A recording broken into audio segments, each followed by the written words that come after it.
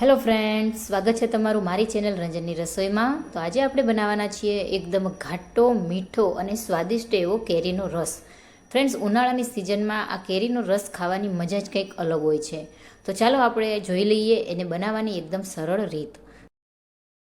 તો સૌપ્રથમ મેં અહીંયા કેરી લઈ લીધી છે, કેસર કેરી. આપણે 5 નંગ, 4 થી 5 નંગ જેવી કેરી લીધી છે.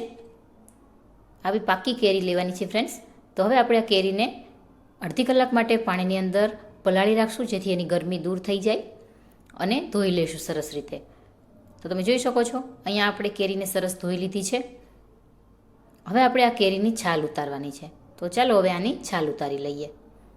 તો આ રીતે ઇઝીલી આ કેરીની છાલ ઉતરી જશે.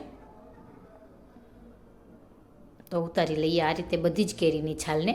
આ રીતે વાસણમાં રાખતા જશું અને બધી કેરીની છાલ ઉતારી લેશું.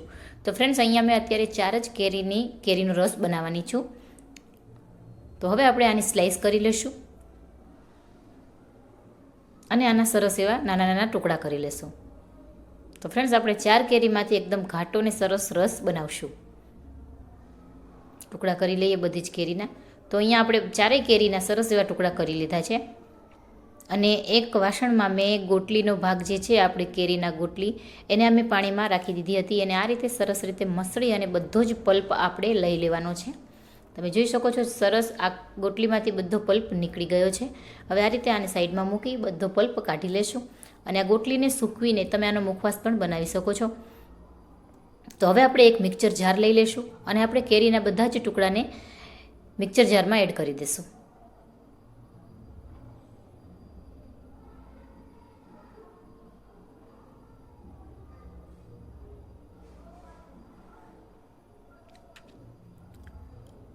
હવે આપણે આની અંદર જરૂર મુજબ ખાંડ એડ કરશું. તમારી કેરી જેવી મીઠી કે ખાટી હોય એ પ્રમાણે તમારે આમાં ખાંડ એડ કરવાની રહેશે. તો મેં અત્યારે અહીંયા 1 વાટકી એટલે કે 100 ગ્રામ જેવી ખાંડ લીધી છે. અને જે આપણે ગોટલીને ધોઈને એનો પલ્પ કાઢીને જે પાણી રાખ્યું છે એ પણ એડ કરી દઈશું. તમારે કેરી વધારે હોય તો તમે 2 ભાગમાં પણ પીસી શકો છો. તો હવે આને ઢાંકણ ઢાંકી અને સરસ રીતે ગ્રાઇન્ડ કરી લેશું. તો પીસી લઈએ આને.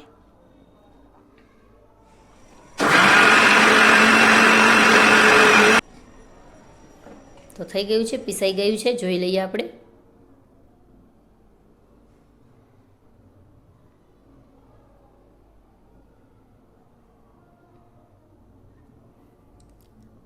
તો ફ્રેન્ડ્સ, તમે જોઈ શકો છો એકદમ ઘાટો રસ બન્યો છે. અને આની અંદર હજી થોડાક કેરીના ટુકડા પણ રહી ગયા છે અને વધારે પડતો થીક છે. તો હવે આપણે આમાં ઠંડુ એકદમ ચિલ્ડ પાણી એડ કરશું અને થોડોક એવો પાતળો કરી લેશું.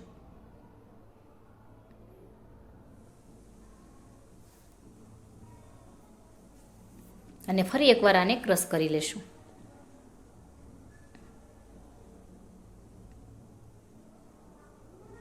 તો જોઈ લઈએ હવે ફરીથી ખોલીને. તમે જોઈ શકો છો એકદમ સરસ ઘાટો રસ બનીને તૈયાર થયો છે. આપણે ફક્ત 4 જ કેરીનો રસ બનાવ્યો છે ફ્રેન્ડ્સ. તો હવે આને આપણે એક વાસણમાં કાઢી લઈશું. તો જુઓ તમે, 4 કેરીમાંથી એક તપેલી ભરીને રસ બન્યો છે.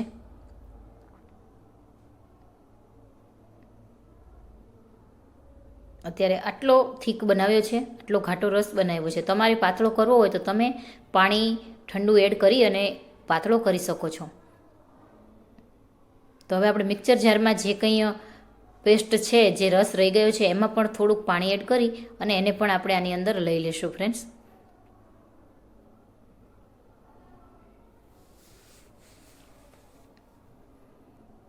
અને હવે સરસ રીતે મિક્સ કરી લઈએ. તો ફ્રેન્ડ્સ, તમે આ રસને આમ નામ ફ્રીજમાં મૂકીને ઠંડો કરીને સર્વ કરી શકો છો. પણ એકદમ બજાર જેવો રસ જોઈતો હોય, એકદમ સ્મૂથ, તો આપણે આને એકવાર ગાળી લેશું સરસ રીતે. તો આ પ્રોસેસ એકદમ ઓપ્શનલ છે, તમે સ્કીપ પણ કરી શકો છો. પણ આ કરવાથી એકદમ માર્કેટ જેવો રસ બનીને તૈયાર થશે. તો ગાળી લઈએ આને એકવાર સરસ રીતે.